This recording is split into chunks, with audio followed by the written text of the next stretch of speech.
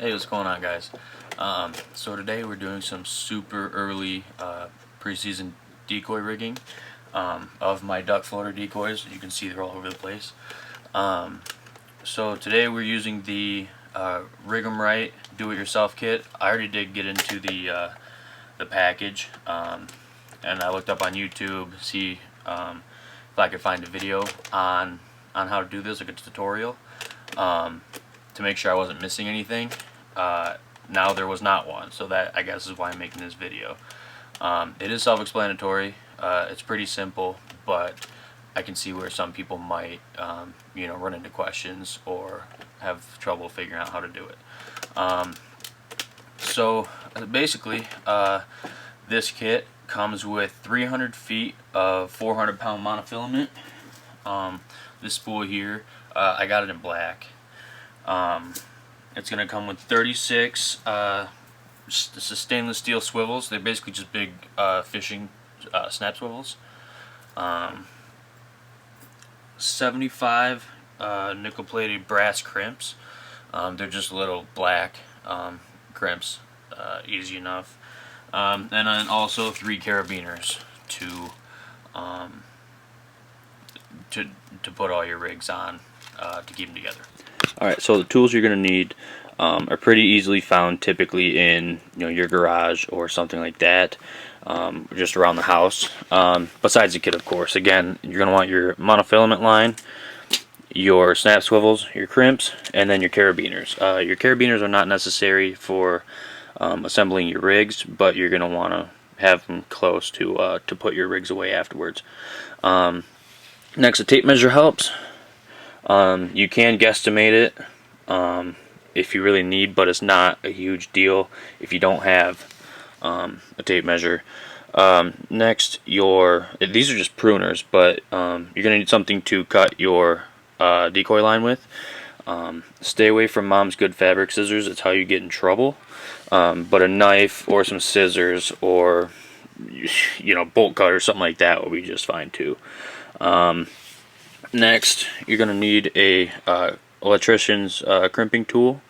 Again, pretty easily found. Mine was just out in my garage. I have one handy. And then your weight. We're balling on a budget here. These are just your normal bendable lead weights. I rolled mine up into a ball, and we're going to use that.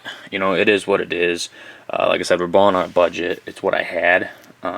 So instead of spending the money on new weights, which do get expensive, for 3 dozen decoys, I'm just going to roll with the ones we have for now. But yeah, that's the tools you need. So let's get down to it. Alright, so the first step to putting your rigs together is cutting your length of line. Now, it all depends on what depth of water you like to hunt over. Personally, I spend my time in smaller lakes and ponds, typically. So I found 50 inches, so just over 4 feet, is the right length when I'm hunting like 2 to 3 feet of water. Now, you're going to have to adjust accordingly, but you want to give yourself enough to where obviously your weight's going to be on the bottom and you get a good range of motion from your decoy on the surface. You're going to want to cut roughly 6 inches more than what you think you would need, and that's to account for your 2 loops on each end. So for each rig, again, you're going to need your length of line. Then you're going to need 2 crimps and 1 swivel. Alright. Now, the first thing I like to do is I like to make the loop for the carabiner, which is going to be the first thing you grab when you're pulling your decoy out of the water. This is super easy. You just feed it through. So there's 2 sides to these crimps, 2 holes, right? So you feed it through the first hole, like so.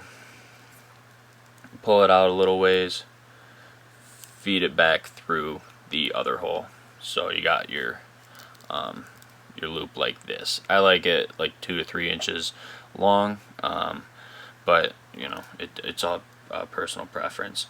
I like to try and keep my tag end flush with the inside of the crimp, so we're just inside it there.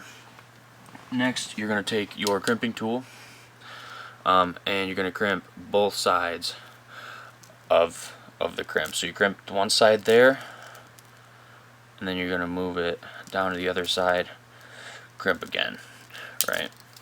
So now you got a loop that's not going to go anywhere. Alright.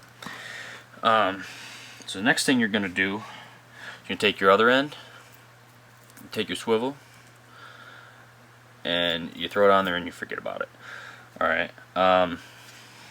So that's going to come back later, really just to attach the rig to your decoy. So on your other end, you're going to want your other crimp. Alright, you're going to feed it through one end. Give yourself some room.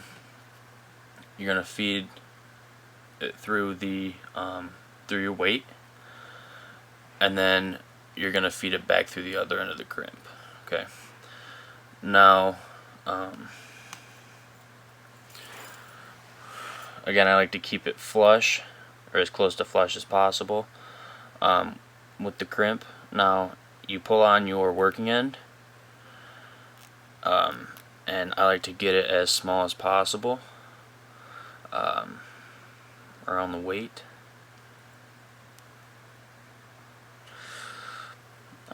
So it's just like that. Now, really, the last thing you need to do is, again, you crimp both sides of the crimp itself. So there's one, there's two, and well, now you've got yourself a decoy rig, and here, just to show you, so you find your hole in your keel, take your snap swivel, and you slap it on there.